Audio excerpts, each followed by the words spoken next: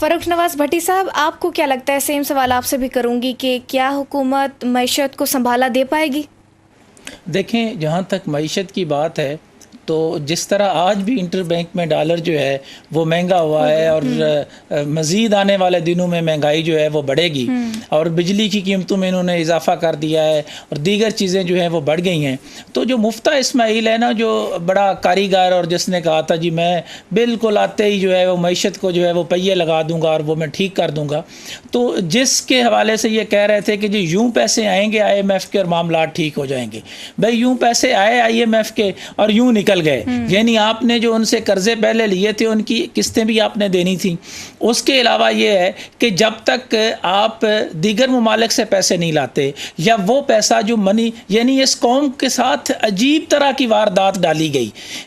ایک نہیں، 600 نہیں، 700 نہیں، تقریباً 1100 ارب ڈالر جو ہیں وہ مبینہ طور پر جو سابق چیئرمین تھے ان کی بھی سٹیٹمنٹ ریکارڈ کا حصہ ہے کہ جی اتنی جو ہے وہ پیسے منی لانڈرز ہو کر جو ہے وہ چلے گئے، ان کی جائیدادیں بہ رہے ہیں، ان کے تمام جو پیسے جو ہے وہ ان بینکوں میں پڑے ہوئے ہیں، یعنی وہ پیسہ جو 22 کروڑ عوام سے جو ہے وہ انہوں نے جو ہے وہ لوٹ مار کی، اس کو بہر لے گئے، وہ ان بینکوں میں اسی طرح پڑا ہوا ہے۔ وہی پیسہ جو ہے وہ مطلب انٹرنیشنل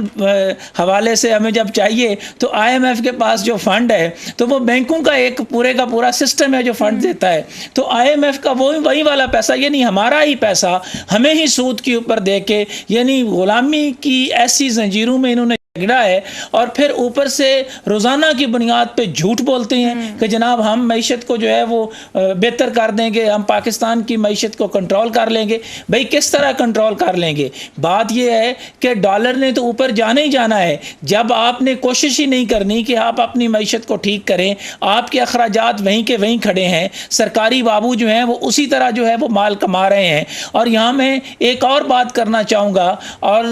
تجویز بھی ساتھ جو ہے وہ دینا چاہوں گا، اگر یہ اس قوم کے ساتھ اتنے مخلص ہیں نا، تو پاکستان میں جتنے بڑے اس وقت کمشنر ہاؤسز اور اس کے علاوہ جو DPO ہاؤسز ہیں جو 4-4 5-5 اپنا ایکڑ کے اوپر ہیں، بڑے شہروں میں ہیں، ان کو کمرشل کر کے ان کی زمینیں جو ہیں وہ بیچ دیں، ان کو کمرشلائز کر دیں، بیچ دیں وہ ساری کی ساری، آپ کو اتنا فنڈ جو ہے وہ آ جائے گا۔ لیکن یہ سرکاری بابو ایسا نہیں کرنے دیں گے، وہ کہیں گے کہ جناب ہم تو یہ ایک فلیٹ میں رہنا ہمارے لیے تو ناگزیر ہو گیا ہے۔ یہ وزیر اعظم صاحب جس دن خود کہیں گے کہ جناب نہیں میں اس بڑی گاڑی پہ نہیں بیٹھتا، میں سوزوکی پہ بھی بیٹھ جاؤں گا، تو کوئی مسئلہ نہیں ہے،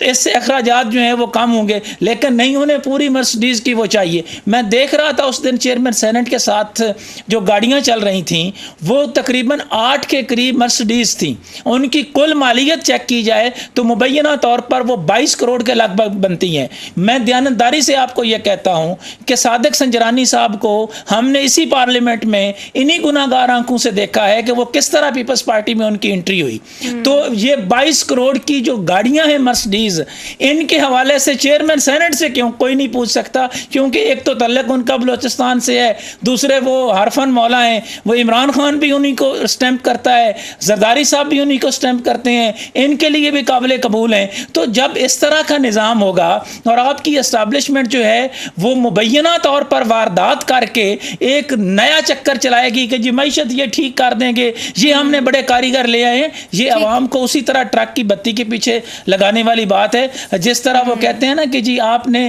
بندے جو ہیں وہ تبدیل کرنے ہیں اور اسی طرح عوام کی چترول کرنی ہے، تو یہی صورتحال ان کی ہے۔ یہ معیشت کو ٹھیک کرنے پر کوئی ایک بھی متفق نہیں ہے، اور آخر میں صرف میں یہی کہوں گا کہ معیشت اس وقت تک ٹھیک نہیں ہوگی جب تک آپ لوور مڈل کلاس کو جو ہے وہ پارلیمنٹ میں لے کر نہیں آتے۔ آپ اشرافیہ اور الیٹوکریسی کو لے کر آئیں گے تو وہ کیسے ٹھیک کریں گے؟ آپ عام آدمی کو تو پارلیمنٹ کی طرف دور کی بات ہے، آپ اسے میئر بننے کی پوزیشن میں بھی وہ بیچارہ نہیں ہے، وہ تو 2 وقت کی روٹی کو ترس رہا ہے۔ جب تک آپ نیچے والے طبقات جو ہیں جن کی اکثریت ہے، یعنی اس وقت 22 کروڑ میں سے 18 کروڑ کے لگ بھگ، بلکہ 20 کروڑ سے بھی اوپر کی ہم بات کریں، 21 کے بھی اوپر چلے جائیں تو یہ تقریباً کتنے بنتے ہیں؟ یہ 5-10 ہزار لوگ بھی نہیں بنتے۔ تو بھائی باقی تو 22 کروڑ کی نمائندگی ہی نہیں ہے، تو پہلے یہ تو طے کریں نا کہ آپ نے جو ان کو روکا ہے، جب تک آپ ان کو نہیں لے کر آئیں گے یہ اسی طرح بیڑا غرق رہے گا۔ ٹھیک ہے سر، آپ کا پوائنٹ آ گیا۔